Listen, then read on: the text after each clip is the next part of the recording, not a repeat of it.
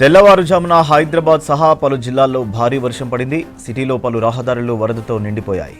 Banjara Hills, Jubilee Hills, Film Nagar, Panjagutta, Ameerpet, SR Nagar, Miyapur, Jeedimetla, Quthbullapur, ఇకటు Uppal, Boduppal, Peerzadiguda, Chandanagar, old సిటీతో పాటు పలు ప్రాంతాల్లో భారీ వర్షం పడింది.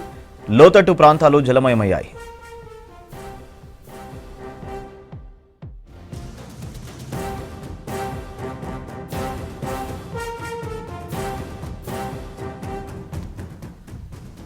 రాష్ట్రానికి హెవీ రెయిన్ అలర్ట్ జారీ చేసింది వాతావరణ శాఖ.